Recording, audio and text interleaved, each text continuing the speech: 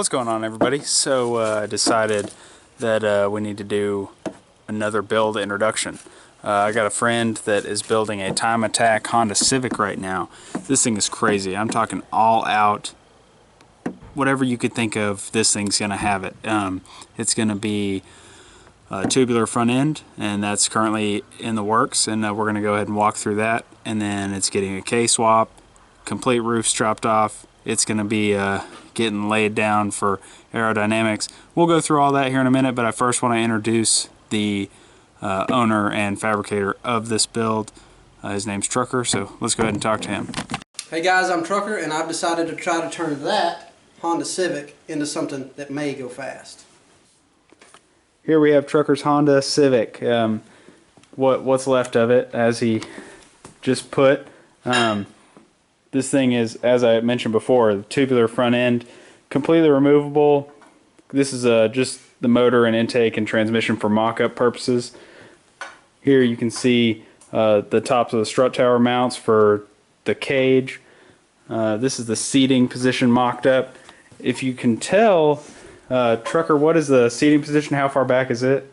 Something like 10, 12 inches. I don't remember. So it's about 10 or 12 inches back from where the factory seating position would be, and that's one to help get the driver's weight back as far as they can.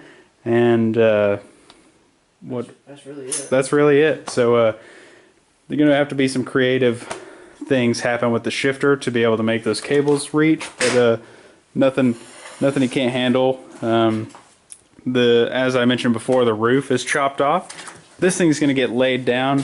How far is it going to get brought? I'm not sure yet. Not sure yet. I haven't finalized anything. Nothing's been finalized, but this is one funny thing is it's going to try and be ready by May. It's going to be the first Time Attack event that this thing is going to be trying to get entered in. Hopefully it'll be completed before then, so Trucker can knock out maybe 1 or 2 track days to iron out some kinks, because everything on this, every aspect is adjustable.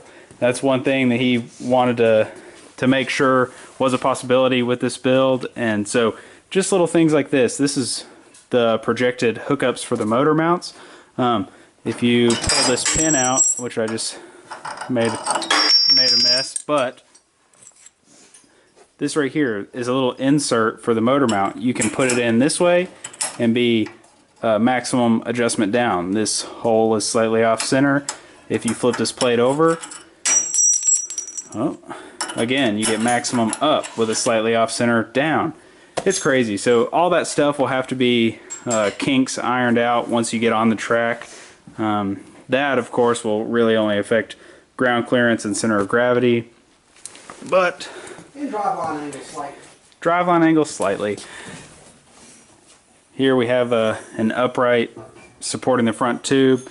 This has a captured nut on the back side so this whole front end, the idea is you'll be able to pull the engine and all of these other components in one go. You just loosen 6 bolts or so, and the front end should be able to just pop off with engine and transmission.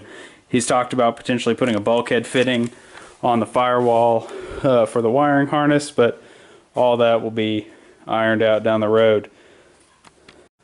So now that you've heard me get super excited and talk really fast about all of the stuff that is done with the car already, let's go back to Trucker and talk about one thing that I think is just completely bonkers and awesome. But once you see it, he'll be able to explain it a little better than I ever could, and let's check it out. Alright, Trucker, what do we have here? So I've decided to build my own, basically entire suspension setup for the whole car. The only thing I'm not going to build are the coilovers. These are the start of the front uprights, or spindles, or hubs, or knuckles, or whatever you call them. We have the lower ball joint here. It has 3 different positions up and down. The main position I'm going to use is this one, which is going to be for the 15-inch wheels I plan on running. If I have to go to a 17, I can drop it down. The upper ball joint bolts in. Don't have it yet, haven't built it yet. That's going to adjust my steering angle, inclination, and I'll be able to adjust everything basically. Control arms are adjustable, camber, caster, track width, everything. So,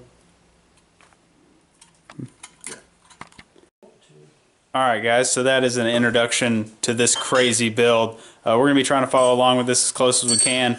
Trucker doesn't live that far away, and he's making insane progress with this thing with his tight deadline. So please stay tuned for more videos, and like, subscribe. I'm going to link below in the description of a link to the blog of this build and Trucker's actual website. So please go check that out when you get a chance. Like, subscribe. Thanks, guys. See ya.